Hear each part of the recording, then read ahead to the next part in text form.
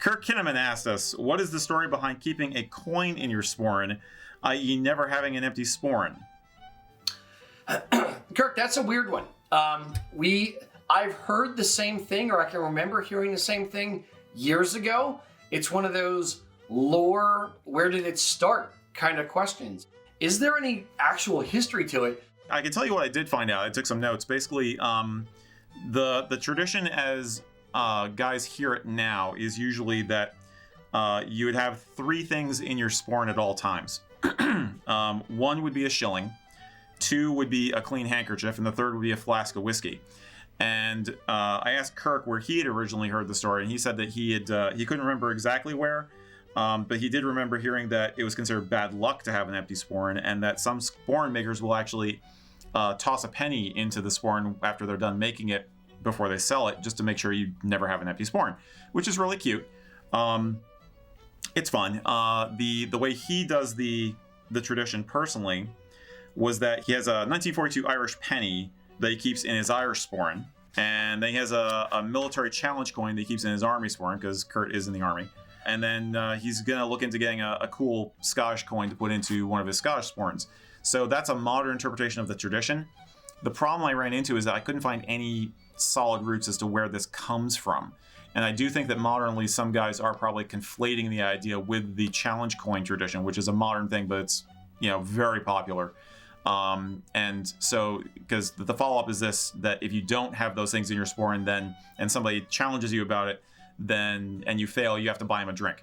That's totally the challenge coin thing. So I don't think that's an old custom. What I did find is that it's possible that the bit about having a coin in your sporran at all times might be rooted in the old Vagrant Act from 1824 in Britain. Only in England and Wales at first, but it did come into Scotland in like the 1870s, 1880s. The idea being that there was a minimum amount of money they expected you to have on your person, and if you could prove you had that amount of money on your person, then it made it more difficult for them to charge you with vagrancy.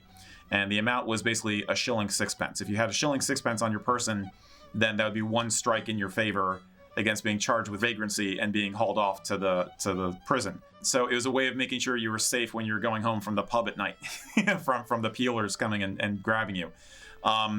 The law came into effect initially because after the Napoleonic Wars, you had a lot of discharged military personnel who were stuck sleeping on the streets. The law was very vague. They wound up using it to crack down on prostitution and peddling merchandise without a license or whatever, all kinds of different things. So people probably took precautions to try and avoid being in the category of targets for that law. And that might be where the tradition started. Other than that, it's just a quaint custom. I think a lot of cultures will have something about making sure you have some kind of a lucky coin, just sympathetic magic. It's like if you got 1 coin, hopefully you have more.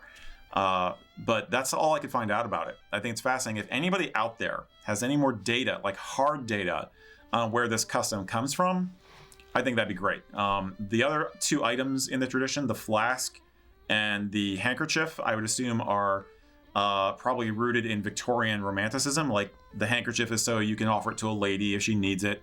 And the flask, of course, would be so that you can always offer a drink to a friend, when you meet somebody who's a friend. Hospitality and, good kinsmanship kind of a thing. So the spirit is really solid. I like where it comes from. I just don't have any other data on it. Not yet. Frowned upon during COVID, by the way. Don't share flasks. Well, yeah, there is that. Or even handkerchiefs, for that matter. Especially with people you just meet. Right. You go into Wawa. Anybody want a drink in my flask? But I like how Kirk is playing with the tradition, because how often do these things actually come up in regular day-to-day life? But he's finding a way to turn this custom. Again, I don't know what the province of the custom is, but he's finding a way to make it fun for himself and a conversation starter. And I think being a kilt wearer, half the time it's all about breaking the ice and conversation starters. People will have a million questions for you about heritage or culture or blah, blah, blah. And this is just one more thing you can have fun with. So what the hell? Why not do it? I love the idea, I agree. I love it, and I hate it. Here's why. Okay.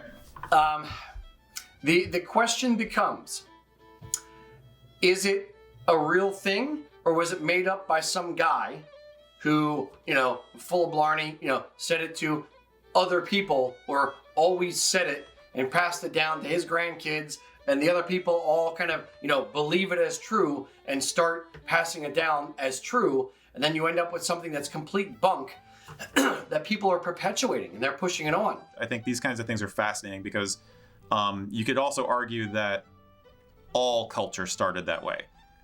That all culture, Fair. Since the beginning of humanity, was some guy said, yeah, you should do this because of this. And everybody else around was like, oh, wow, okay, good idea. Religious stories, it was, all of it, yeah.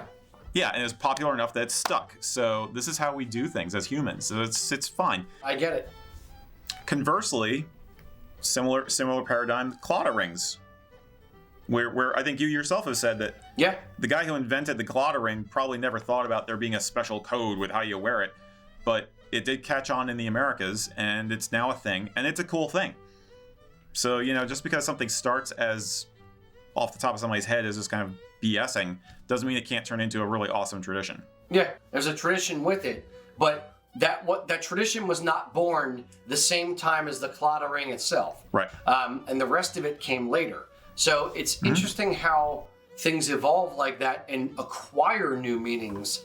I guess it's that in-between phase where somebody is talking pish and it's or whatever, and it's not quite factoid tradition yet, but it's not original story. It's kind of that gray area that we live in with certain things. But you can have a lot of fun with this stuff. I mean, I would not carry a flask on my kilt all the time just because it'd be a pain in the butt. It would take up room that I need for other stuff, frankly. It doesn't mean it's not fun. Why carry a flask when you can carry an entire bottle? Well, or take your drinking horn along with you, Exactly. But my default response is, when in doubt, blame the Victorians. Yeah. This that's it. It's all Sir Walter Scott's fault. But yeah, that's my basic thought on it. Like I said, if anybody has any other information on this, I'd love to hear it. I think customs like this are awesome, and the roots of them are fascinating. So, thank you for watching. For good luck, make sure you put a comment down below and subscribe. Ringing the bell is extra lucky. But seriously, what do you think about this? Do you think it's a legit custom? Are there any customs that you like to follow when you wear a kilt? Or are there any legends that you've heard that you think are basically BS? Let us know. Have a great day.